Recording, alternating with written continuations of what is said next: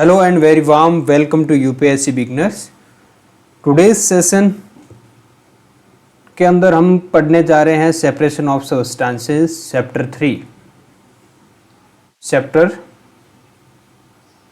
3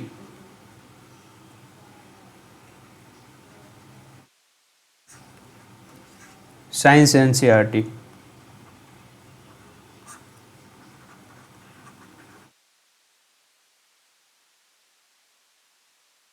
separation of substances, पदार्थों का separation करना मतलब पृथक्करण करना, उनको अलग अलग करना। किस प्रकार से करेंगे? बहुत प्रकार की इन्होंने मेथड दे रखे हैं, तो एक एक करके हम समझने वाले हैं कि सेपरेशन ऑफ सब्सटेंसेस कैसे किया जाता है। लेकिन उससे पहले हम देखेंगे कि इनका इम्पोर्टेंस क्या है। जैसे कि हमने, आप एक एग्जांपल लेके समझ लीजिए। जैसे कि हमने एक गेहूं खरीदे, ठीक है। ये मान लो गेहूं का बोरा है। गेहूं खरीदने के बाद आपने उनको ग्रिडलिंग करने के लिए इकट्ठा किए, लेकिन आपने पाया कि गेहूं के अंदर क्या है, थोड़े बहुत कंकड़ पत्थर है, ठीक है ना। अब कंकड़ पत्थर को ग्रिड करेंगे साथ में तो क्या होगा, फ्लोर के अंदर रेत के दाने भी आएंगे। तो इससे बचने के लिए हमने क्या किया, कंकड़ पत्थर को सेपरेट करना। तो यहां हो जाता है सेपरेशन ऑफ सब्सटेंसेस, मतलब पदार्थों का सेपरेशन यहां हो जाता है अनिवार्य। एक और एग्जांपल देके मान लेते हैं। एग्जांपल फर्स्ट, एग्जांपल एक और ले लेते हैं। आपने सुबह उठ के मॉर्निंग के अंदर चाय बनाई, ठीक है, टी, और उसके बाद में आपने टी लीव्स को उसको क्या किया, सीव किया। सीव मतलब आपने उसको साना। कैसे, क्यों ये सीव करना क्यों इंपॉर्टेंट था, क्यों जरूरी था? क्योंकि हम चाय के साथ चाय पत्ती को नहीं पी सकते। तो यहां हो जाता है सेपरेशन अनिवार्य, ठीक है। तो ये पूरा का पूरा चैप्टर अपने सेपरेशन के ऊपर बहस है। तो आप आराम से अपने साथ बने रहिए। पूरा का पूरा एक एक मेथड है वो अच्छे से पढ़ेंगे। तो यहाँ यही दिया हुआ है कि आप, जैसे कि ये पोहा खा रहे थे बूजू भैया, और बूजू भैया को क्या, पोहा के अंदर मिर्ची ज़्यादा लगी, तो उन्होंने जट मिर्ची को पकड़ा और साइड में डाल दिया कि जो मिर्ची दीदी आप थोड़े साइड हो जाओ, हमें पोहा की इंटरेस्ट मजे लेने दो, ठीक है। तो ये होता है सेपरेशन। अब मेथड ऑफ सेपरेशन, मैंने बोला है कि सेपरेशन होता है, लेकिन किस प्रकार से होता है। हैंड पिकिंग सबसे सिंपल मेथड है। क्या है? Hand picking. हैंड पिकिंग कैसे? वही उदाहरण बूजू वाला, बूजू भैया को मिर्च लगी, उठा दी, बाहर डाल दी, ठीक है। कुछ और आया था प्लेट के अंदर, कंकड़ आ गया, दाल खाते खाते कंकड़ आ गया उसके अंदर, तो यहाँ से पकड़ा, यहाँ से उठा के बाहर डाल दिया। तो ये होता है हैंड पिकिंग, मतलब हाथ से पकड़ के उनको अलग करना। मेथड ऑफ सेपरेशन के अंदर आप देख सकते हैं,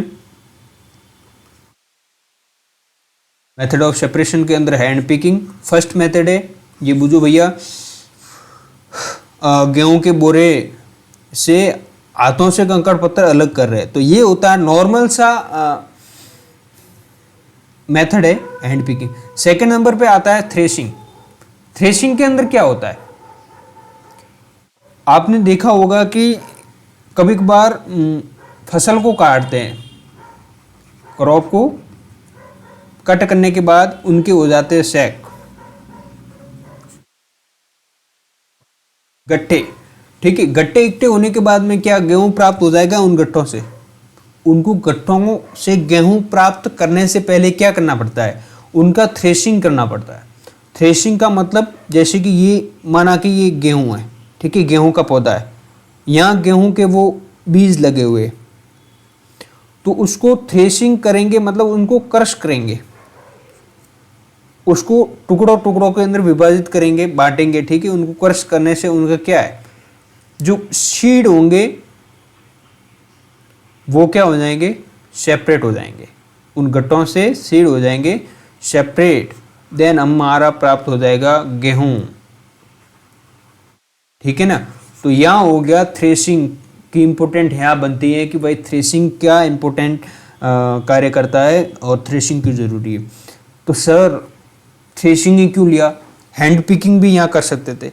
क्या हैंड पिकिंग एक नॉर्मल वे में आप सोचिए कि हैंड पिकिंग यहाँ इम्पोर्टेंट है क्या। क्या आप गठलों से, मतलब ये जो गेहूं का पूरा गट्टा है, ठीक है, यहाँ के अंदर ये गेहूं है, ठीक है, इनके अंदर से आप, मुझे नहीं लगता है कि आप एक दिन के अंदर एक गट्टा भी थ्रेशिंग मतलब हैंड पिकिंग से गेहूं अलग, दाने अलग कर पाएंगे, नहीं पाए। लेकिन ये थ्रेशिंग से कई गुना स्पीड के अंदर हम सेपरेशन कर पाते हैं, ठीक है। तो इस कारण से ये एक अलग मेथड हो गया, हैंड पिकिंग से अलग हो गया। थर्ड नंबर पे विनोविंग। सर विनोविंग क्या होता है? कभार क्या होता है कि थ्रेशिंग जहाँ काम नहीं करता है। कैसे? जैसे कि ये जो दीदी है पहेली ने क्या किया, थ्रेशिंग ऑलरेडी हमने पढ़ लिया, ये जो बूझो दादा है ये थ्रेशिंग से गेहूं के दानों को अलग कर रहे हैं। अब विनोविंग में क्या होता है? विनोविंग के अंदर होता है कभी कभार गेहूं को हमने थ्रेशिंग तो कर लिया, जैसे कि ये गेहूं के दाने हैं, ठीक है, थ्रेशिंग कर लिए। उसके बाद क्या हुआ कि इसके अंदर थोड़े सी गेहूं की पत्तियां हो, भले कुछ भी, जैसे कि ये जो हस्क है, ठीक है, सूप हो, ग्रेन अदर हस्क हो गए, ठीक है, इसके अंदर हस्क प्लस क्या थे, सीड थे। सीड हमारे लिए इंपॉर्टेंट है लेकिन हस्क नॉट नेसेसरी। तो इनको अलग कैसे करेंगे भाई? हस्क को साथ में नहीं रख सकते ना, इसकी प्यूरिटी का सवाल है, गेहूं की प्यूरिटी का सवाल है। तो इनको सेपरेशन करने के लिए क्या किया इन्होंने? एयर का सहारा लिया, हवा। इन्होंने एक ये जो आपको बर्तन देख लो, कुछ भी को, ठीक है, इसके अंदर गेहूं, ये जो लिया मटेरियल, गेहूं के जो दाने प्लस हस्क के दाने, ठीक है, इन्होंने लिया, हवा से नीचे डाला, ठीक है, एक हाइट से नीचे डाला। हाइट से नीचे डालने का मतलब क्या हुआ कि यहाँ से हवा इनके ऊपर प्रभाव डाल सके, ठीक है। तो हवा से नीचे डाला तो हस्क तो यहाँ नहीं, ग्रेन तो वो सीधा क्या है कि उसका वेट ज़्यादा था, वेट ज़्यादा होने के कारण उसका कुछ बिगाड़ नहीं सके हवा से। लेकिन हस्क थे बेचारे एकदम हल्के से, वो यहाँ आके गिर गए, ठीक है, हवा के सहारे। तो क्या हो गया? हस्क का सेपरेशन हो गया, किससे? ग्रेन से। तो इस प्रकार ये होता है विनोविंग, ठीक है। तो विनोविंग के अंदर क्या मेथड आपको एग्जाम के अंदर पूछ सकते हैं कि भाई हस्क और ग्रेन को अलग करेंगे तो किस मेथड जो अप्रोप्रिएट है, कौन सा मेथड सबसे अच्छा रहेगा? तो विनोविंग का मेथड सबसे बेटर रहता है इस कंडीशन में। अलग अलग कंडीशन में अलग अलग बातें मेथड काम करता है।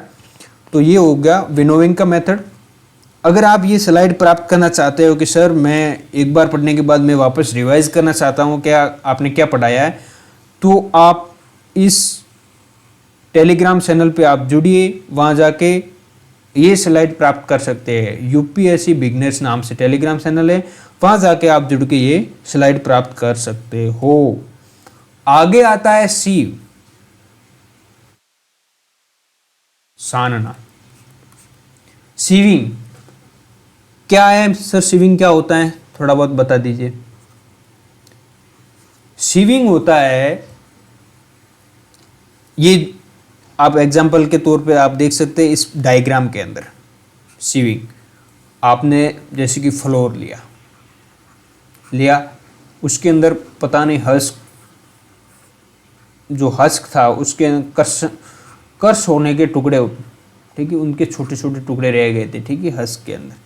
तो अब क्या है, उसको आप एक सीव ली, ठीक है, आप इसको किसकी मदद से करेंगे? सीव की मदद से आप, माना कि ये सीव है, सीव मीन्स छलनी होता है, ठीक है, छलनी के अंदर आपने दाना लिए, दानों को फिर एक अलग बर्तन के अंदर छान लिया। जो हस्क के टुकड़े थे, ठीक है, वो ऊपर ही रह गए। तो ये मैटर करता है यहाँ पे सीव का। जैसे कि कंस्ट्रक्शन वर्क आपने देखा होगा, जहाँ भी अपने एक गली के आसपास हो या फिर कहीं मार्केट में कंस्ट्रक्शन वर्क देखा होगा, उसके अंदर क्या है कि जो बजरी होती है, कंकड़ कंकड़ होती है, ठीक है ना। कंकड़ के अंदर हमें क्या है कि जैसे कि प्लास्टर करना होता है, बिल्डिंग में क्या प्लास्टर करना होता है, ठीक है। उसके लिए एकदम बारीक से कंकड़ की जरूरत होती है, एकदम बारीक सी बजरी की, ठीक है। लेकिन उनकी जो बजरी आती है, ठीक है, हम मार्केट से जो भी लाते हैं उसके अंदर बड़े कंकड़ भी साथ में आते हैं। तो ये भैया देखो उन बड़े कंकड़ को साइड में कर रहे हैं और एकदम फेयर एंड जो बारीक है, ठीक है, उनको ये अलग कर रहे हैं कंकड़ को। तो इस प्रकार से ये सीविंग का मेथड वहाँ यूज़फुल होता है। सीविंग का मेथड दो जगह यूज़फुल होता है। आपके एग्ज़ाम में पूछ सकते हैं कि सीविंग का मेथड कहाँ यूज़फुल है। Sieving used when components of a mixture have different size. अब यहाँ कंडीशन लगा रखी है कि जब सीविंग कब यूज़ कर सकते हैं। सीविंग तभी यूज़ किया जा सकता है जिसके अंदर जैसे कि ये कंपोनेंट है, ठीक है। तो एक कंपोनेंट बड़ा दिख रहा है आपको, एक छोटा दिख रहा है। तो छोटे वाले कंपोनेंट है सीव से मतलब सलनी से नीचे बैठ जाएंगे, नीचे आ जाएंगे, अलग हो जाएंगे। बड़े वाले कंकड़ ऊपर रह जाएंगे। जैसे कि यहाँ हंस का टुकड़ा, करसिंग का टुकड़ा वो बड़ा था, फ्लोर के जो टुकड़े जो जैसे कि फ्लोर के दानों का आकार बहुत ही छोटा था, तो वो सीव सलनी से नीचे रह गया। इसी प्रकार यहाँ प्लास्टर, ये जो बजरी है, बजरी के अंदर बड़े कंकड़ अलग हो गए, छोटे कंकड़ अलग हो गए। तो ये एक कंडीशन है कि सीविंग का मेथड उसी जगह लागू होता है जहाँ बड़े कंकड़ और छोटे कंकड़ का मिक्सर पाया जाता है।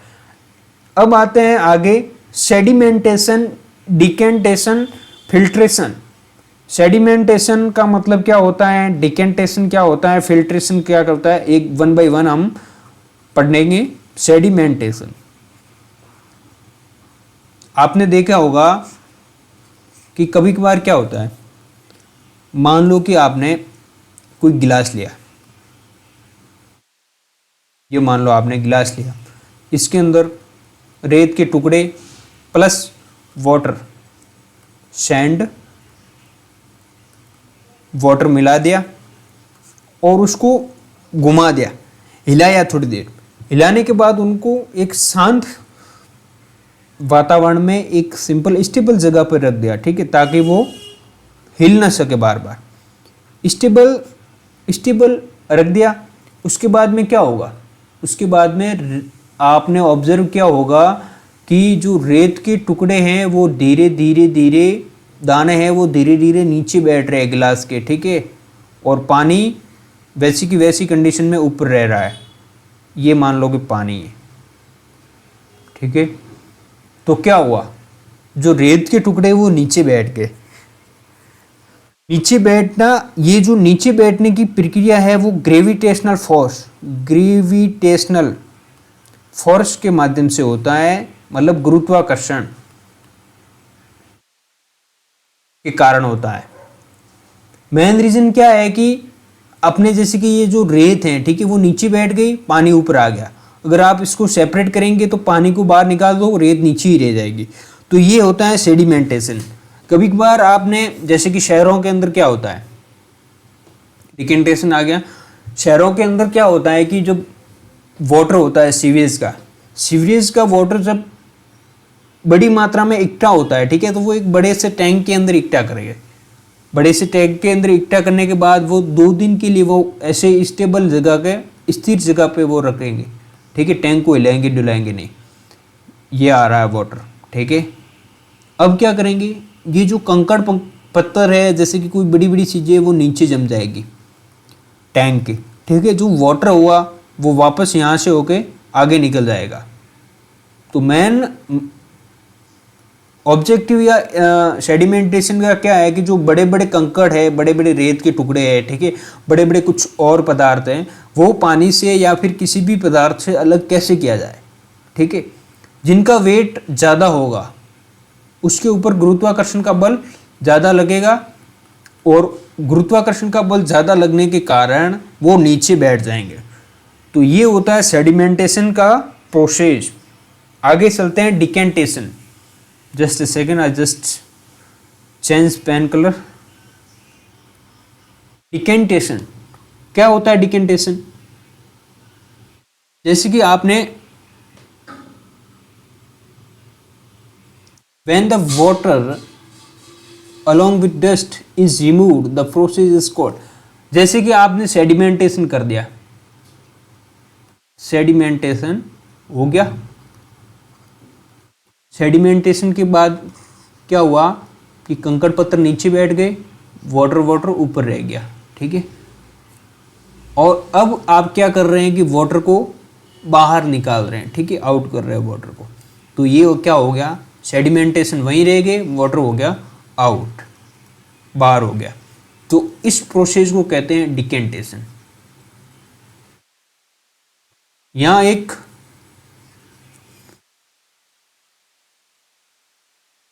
डिकेंटेशन हो गया। यहां एक आपको एक एक्टिविटी दी हुई है कि जो मॉर्निंग में आप चाय बनाते हो, ठीक है, चाय के अंदर चाय पत्ती होती है, टी लीव्स। टी लीव्स होती हैं वो क्या होती है, चाय की तुलना में उसका वेट ज़्यादा होता है। तो आपने कभी नोटिस किया होगा कि ज़्यादा टाइम पर चाय एक स्थिर जगह पे पड़ी रहने के बाद जो चाय पत्ती होती है वो नीचे बैठ जाती है।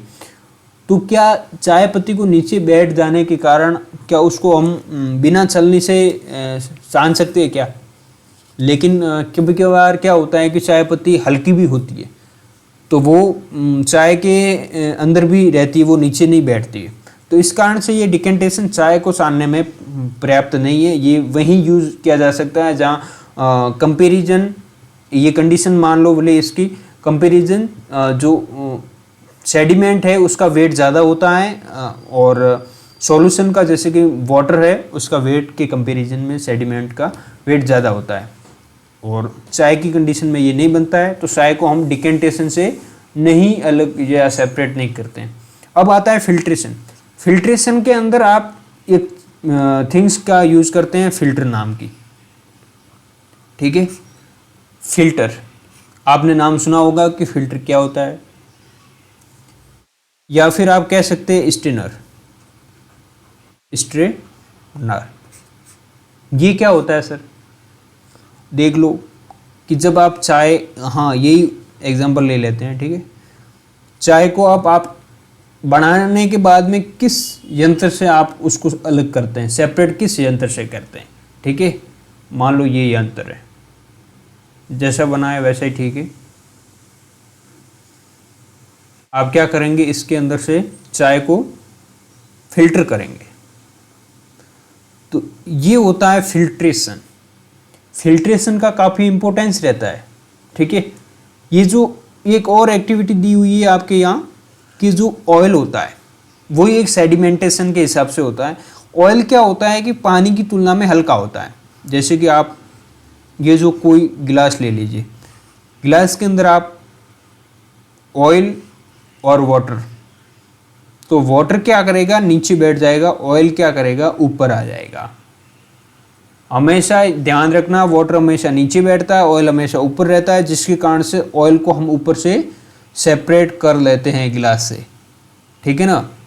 तो ये कंडीशन किसके थ्रू होती है? ये कंडीशन सेडिमेंटेशन के थ्रू होती है, क्योंकि ये वाटर एज ए सेडिमेंट का वर्क करता है, काम करता है, क्योंकि इसका वेट ऑयल की कंपैरिजन में ज़्यादा है। फिल्ट्रेशन समझ में आ गया। फिल्ट्रेशन एक फिल्टर या फिर स्ट्रेनर की हेल्प से किया जाता है, जैसे कि आप चाय को छानते हैं, ठीक है। इवेपोरेशन, अब आता है नेक्स्ट टॉपिक, इवेपोरेशन। इवेपोरेशन क्या होता है? कभी कभार आपने देखा होगा कि ये जो एक फिल्टर करने की एक्टिविटी दी हुई है, तो फिल्ट्रेशन ऑलरेडी हम देख चुके। अब आता है इवेपोरेशन। इवेपोरेशन के अंदर मान लो कि आपने ये पानी लिया, ठीक है। ये सब किसके सेपरेशन की मेथड है? सेपरेशन के मेथड है। हर मेथड के अंदर सेपरेट हुआ कुछ न कुछ। हैंड पिकिंग में सेपरेट किया, थ्रेशिंग के अंदर सेपरेट किया, विनोइंग में सेपरेट किया है हमने, और सीविंग के अंदर भी सेपरेट किया है, सेडिमेंटेशन के अंदर भी हमने सेपरेट किया, decantation, filtration, all over the method of separation. ठीक है, इवेपोरेशन का यूज होता है मेथड, जैसे कि आपने पानी के अंदर ऐसी चीज मिलाई, जैसे कि ये वाटर है, ठीक है, इसके अंदर आपने ऐसी कुछ मिलाई, जैसे कि आपने इसके अंदर शुगर मिला दी, ठीक है। अब शुगर मिला दी तो शुगर इसके अंदर पूरी की पूरी घुल गई, सोलूबल है। कल हमने पढ़ा था सोलूबल और नॉन सोलूबल, अगर आपने नहीं देखा है तो वो वीडियो देख सकते हैं चैप्टर नंबर 2 का। सोलूबल है क्योंकि शुगर सोलूबल होने के कारण वाटर के अंदर घुल गई। वाटर के अंदर घुल जाने के कारण इसके जो कण हैं वो वाटर के जैसे ही रह गए, मतलब हो गए वो घुलने के बाद में। तो अब क्या करेंगे, क्या इसको फिल्ट्रेशन या फिल्टर लगा के इसको अलग कर सकते हैं, फिल्टर से अलग कर सकते हैं क्या? जैसे कि आपने चाय के अंदर शुगर मिलाने के बाद फिल्टर से अलग होती है क्या? चाय पत्ती तो हो जाती, लेकिन शुगर तो अंदर ही रहती है ना। फिल्टर से नहीं कर सकते हैं क्या? हैंड विकिंग से कर सकते हैं इसको? नहीं कर सकते सर, दिखती भी नहीं है तो उसको हाथों से तो कैसे पकड़ सकते हैं? हैंड पिकिंग से वो अलग हो नहीं सकती। और क्या मेथड पढ़ा था हमने? हैंड पिकिंग है। सेकंड हमने पढ़ा था थ्रेसिंग। क्या यहाँ थ्रेसिंग यहाँ इंपॉर्टेंट है, यहाँ यूजफुल है? नहीं। और क्या पढ़ा था? सेडिमेंटेशन। आप भले ही कितने देर तक आप उसको स्टेबल रख लो, ठीक है, लेकिन उसके अंदर सेडिमेंट, मतलब वो शुगर है वो नीचे नहीं बैठने वाली है, सेडिमेंट नहीं होने वाली। फिल्टर हो गया, नहीं हुआ। डिकेंटेशन, डिकेंटेशन कब यूज होता है? जब सेडिमेंट बन जाए, ठीक है, सेडिमेंट नीचे बैठ जाए ताकि हम ऊपर से उसको अलग कर सकते हैं। डिकेंटेशन, इसके अंदर सेडिमेंट बैठेगा भी नहीं तो डिकेंटेशन आप कैसे यूज कर सकते हैं? और क्या मेथड पढ़ा था हमने? विनोविंग। अब आप ही देख लो, इसको चाय को हवा से नीचे गिराओ, ठीक है, और उसके बाद देखो कि क्या शुगर और चाय अलग होती है, नहीं होती है। तो उसके लिए हम क्या करेंगे? These are the not useful in the separation of sugar and water, ठीक है। तो अब नया मेथड आया है इवेपोरेशन। इवेपोरेशन के अंदर क्या होता है कि जो कोई मटेरियल है, मान लो कि ये मटेरियल था, यही छाछ थी, चाय थी, ठीक है, छाछ अलग हो गई, चाय अलग है। तो इसके अंदर हमने क्या किया? इसको बर्नर की सहायता से इसको गर्म किया, ठीक है ना, बर्नर की सहायता से उसको गर्म किया। गर्म करने के बाद में क्या है कि जो वाटर है, वाटर क्या करेगा? वाटर वेपर के अंदर बदल जाएगा, वाष्प के अंदर वाटर कन्वर्ट हो जाएगा। वाटर को क्या है कि काइनेटिक एनर्जी मिलेगी, उसके बाद वाटर वेपर के अंदर बदल जाएगा। वाटर वेपर के बदलने के बाद क्या होगा? उसकी जो पार्टिकल्स की एक्टिविटी बहुत ज़्यादा बढ़ जाती है, उसी कारण ये उड़ जाता मतलब ये जो जब एक्टिविटी, मतलब कह सकते हैं कि जो पार्टिकल्स की एनर्जी बढ़ती है तो वो एक दूसरे से अलग होना चाहते हैं। तो वाटर वेपर बनने के बाद वो अपने आप वेपोराइज हो जाते हैं। तो वाटर निकलने के बाद पीछे क्या रहा? पीछे रह जाएगी अपनी शुगर, ठीक है। तो ये मेथड यूज होता है सोलूबल थिंग्स को एक दूसरे से अलग करने में, ठीक है। ध्यान रखिएगा, सोलूबल थिंग्स को जब सेपरेट करना हो तो इसको कैसे सेपरेट करेंगे? इवेपोरेशन के माध्यम से सेपरेट करेंगे। अगेन आपको मैं बता देता हूँ, जैसे कि एक एग्जाम्पल लेते हैं, जैसे कि मान लो कि सर समुद्र से नमक कैसे बनता है, हाउ टू मेक सॉल्ट, ठीक है, कैसे बनाएंगे देख लेते हैं। जैसे कि ये सी वाटर है, क्या है? सी वाटर साल्टी होता है, आपको पता ही है, सी वाटर साल्टी होता है, नमक युक्त होता है। तो सर नमक बनता तो समुद्र से है, लेकिन कैसे बनता है हमें नहीं पता है ना। तो उसको क्या करेंगे? गर्म करेंगे। गर्म मतलब ये जो पानी है एक बड़ी सी जगह के अंदर ले लेंगे, ठीक है, उसके अंदर सॉल्ट है, वो क्या है कि सूर्य की रोशनी से गर्म होगा, ठीक है ना। ये है अपने सूर्य बाबा, सन। जैसा बन रहा है अच्छा ही बन रहा है, ठीक है ना। आपको समझ में आना चाहिए। अगर नहीं आ रहा है तो आप कमेंट में लिख सकते हैं, मुझे बोल सकते हैं कि सर क्या समझा रहे, कुछ भी समझ में नहीं आया, कुछ भी नहीं पले पड़ा। तो एक बार आप कमेंट में बोलेंगे कि सर एक बार अगेन आप समझाइए मुझे। अब सन से क्या आएगी, गर्मी आएगी, ठीक है ना। गर्मी के कारण जो एनर्जी है, एनर्जी क्या है, वाटर, सन से किसके अंदर आएगी, वाटर पार्टिकल से अंदर।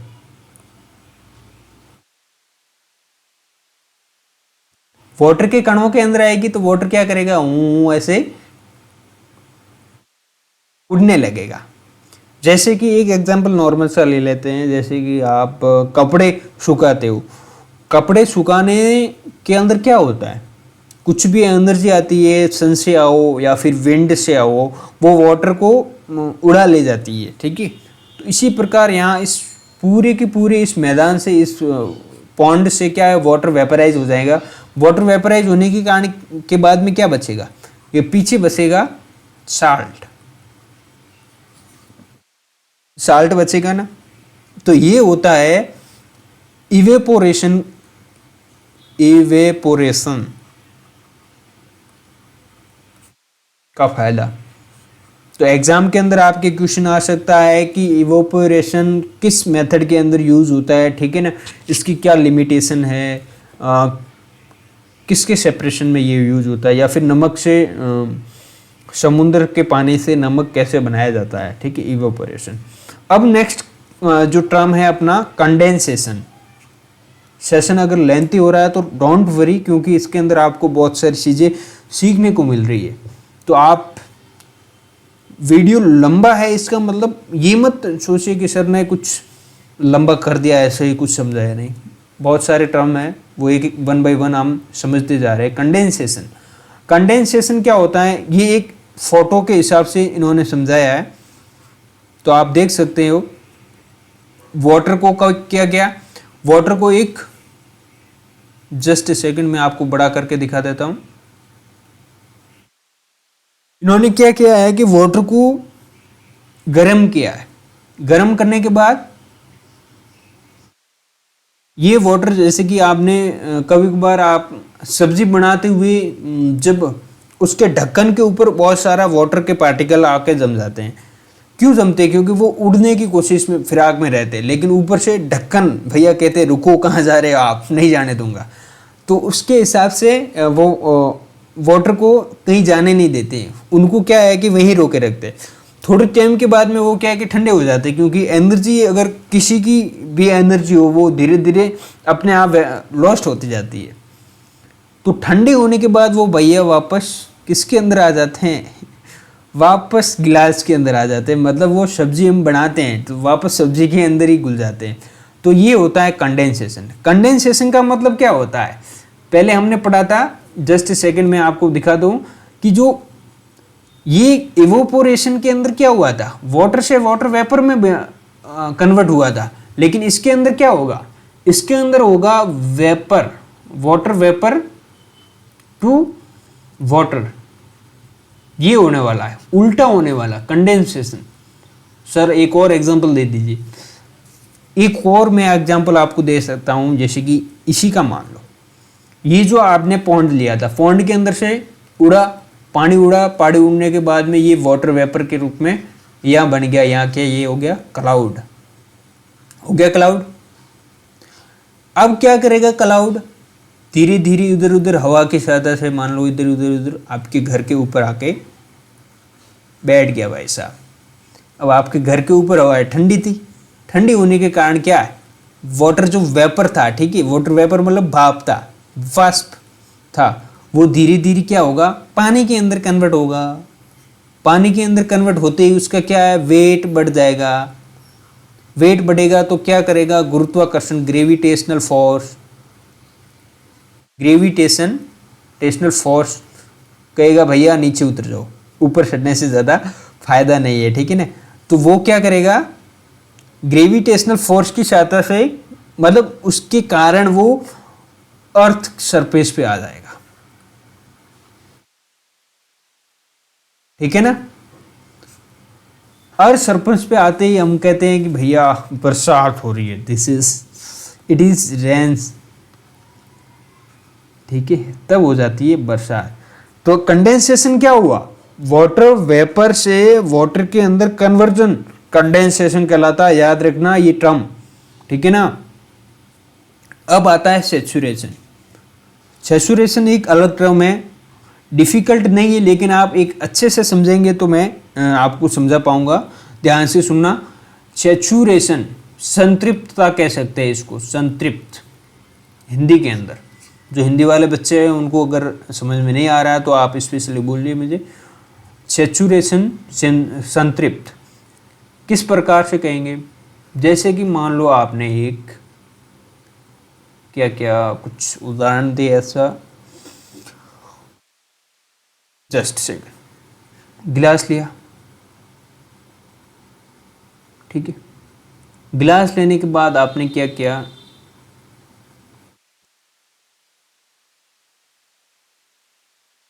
पानी लिया गिलास के अंदर, उसके अंदर क्या, उसके अंदर रेत डाल दी, सैंड। सैंड डालने से क्या हुआ, रेत भीग गई, भीग गई ना। ठीक है, भीग जाने से एक लिमिट होती है कि सर कितनी जो सैंड होगी वो भीगेगी। आपने अगर गिलास के अंदर थोड़ी सी एक स्पून सी सैंड डाली है, रेत डाली है, तो वो क्या है कि पानी के अंदर घुल जाएगी, वो तैरने लगेगी। थोड़ी और डालेंगे आप तो और घुलती रहेगी, लेकिन एक लिमिट होती है। ठीक है, लिमिट मतलब इससे ज़्यादा ना तो घुल सकती है और ना ही उसको भिगो सकती है। मतलब पानी की एक लिमिट होगी ना।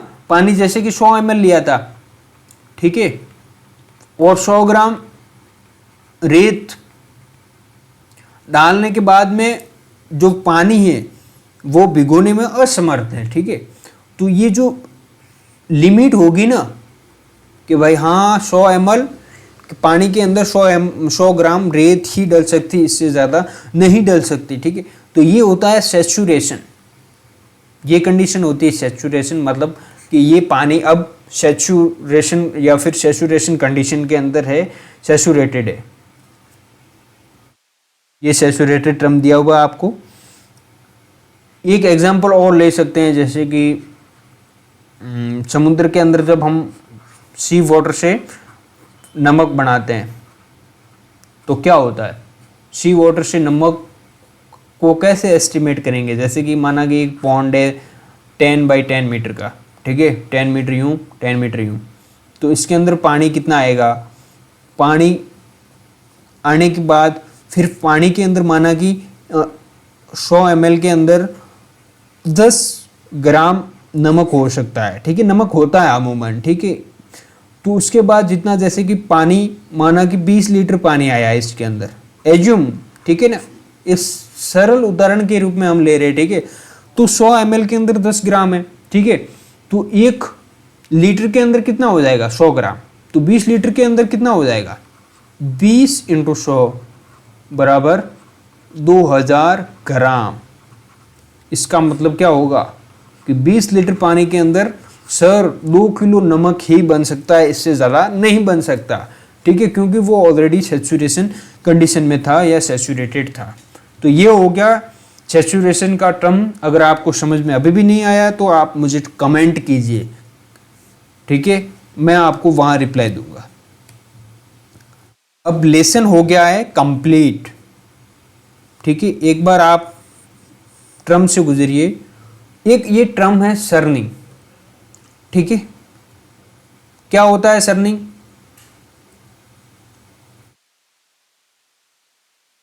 सर्निंग सर्निंग होता है जैसे कि कर्ड है। ठीक है, कर्ड से क्या बनाएंगे, बटर। सर्निंग टर्म हिंदी में इसको क्या बोलते हैं मुझे एक्चुअल में याद नहीं है।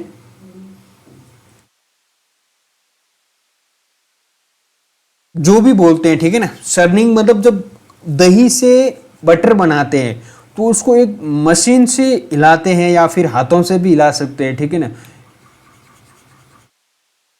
मशीन की सहायता से उसको आड़ोलना कहते हैं, ठीक है ना, आड़ोलना। तो सर्निंग की सहायता से हम क्या बनाते हैं, बटर बनाते हैं। तो ये एक प्रकार से टर्म है जिसके अंदर से हम कर्ड से बटर को अलग करते हैं। तो ये भी एक सेपरेशन का मेथड है, सर्निंग भी, ठीक है ना। अब देखते हैं और क्या टर्म दिया हुआ है। कंडेंसेशन आपने पढ़ लिया, क्या होता है, वाटर वेपर से वाटर के अंदर कन्वर्जन। डिकेंटेशन क्या होगा, जब सेडिमेंटेशन होगा तो सेडिमेंट पानी के अंदर नीचे बैठ जाएंगे। पानी नीचे के सेडिमेंटेड नीचे बैठने के बाद हम क्या करेंगे, पानी को ऊपर ऊपर से हटा देंगे, तो उसको बोलते हैं डिकेंटेशन। इवेपोरेशन क्या होगा, इवेपोरेशन के अंदर वाटर है वो वेपर के अंदर बदल जाएगा और नीचे जो भी वाटर के अंदर घुला हुआ वो नीचे ही रह जाएगा। फिल्ट्रेशन के अंदर क्या होगा, जब दो मटेरियल ऐसे घुले हो जिसके मतलब सॉल्युबल मटेरियल घुले हो, उसके क्या है, कण बराबर नहीं हो। जैसे कि आप टी लीव्स को टी के अंदर से आप सेपरेट कर पाएंगे। हैंड पिकिंग से मतलब हाथों से पिक करना। सैचुरेटेड सॉल्यूशन, ऐसा सॉल्यूशन जिसके अंदर विले की मात्रा इससे ज़्यादा नहीं घुल सकती, ठीक है, एक लिमिट होती है, वो ऑलरेडी घुली हुई होती है। सेडिमेंटेशन क्या हुआ, सेडिमेंट का मतलब होता है सेडिमेंट, कुछ भी सेडिमेंट मान लो, जैसे कि कचरा है, रेत के कण है, या फिर कंकड़ पत्थर है, कुछ भी, ठीक है। सेडिमेंटेशन का मतलब हुआ नीचे बैठ जाना पानी में या फिर किसी भी विलेन में। सीविंग का मतलब सानना, हमने देखा था, एक फ्लोर का उदाहरण हमने लिया था, आटे को कैसे सानते, ठीक है। सॉल्यूशन का मतलब होता है, एक सॉल्यूशन आपका टर्म में समझा देता हूं।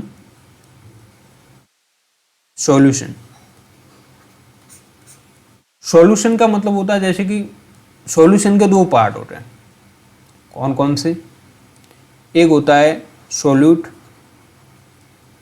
एक होता है सॉल्युबल। सॉरी, सॉल्युबल नहीं कहते, इसको कहते हैं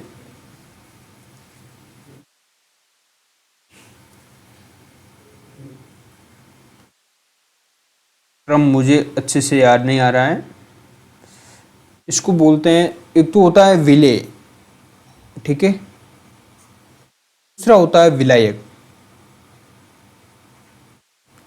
उसको बोल सकते हैं सॉल्यूटर भी कह सकते हैं, ठीक है, जो घुलाता है, ठीक है। अब विलायक क्या होता है, जैसे कि मान लो आप वाटर ले लिया, ये एक बीकर है, बीकर के अंदर आपने वाटर ले लिया, ये हो गया विलायक, जो मतलब घोलने वाला होता है विलायक, तो घोलता है। और घुलने वाला, मान लो इसके अंदर आपने साल्ट डाल दिया, ठीक है, तो वो घुलेगा अंदर जाके, तो वो हो गया सोल्यूट। ये जो सोल्यूट और सोल्यूटर की सहायता से क्या बना, ये जो मिक्सर है, मिक्सर बना, ये होता है सॉल्यूशन, ठीक है ना। देख लीजिए, ये सॉल्यूशन हो गया, ये थ्रेशिंग हो गया, विनोविंग हो गया, ठीक है। दीज आर द टर्म की पॉइंट है, आपको याद करने हैं, पढ़ लीजिए एक बार।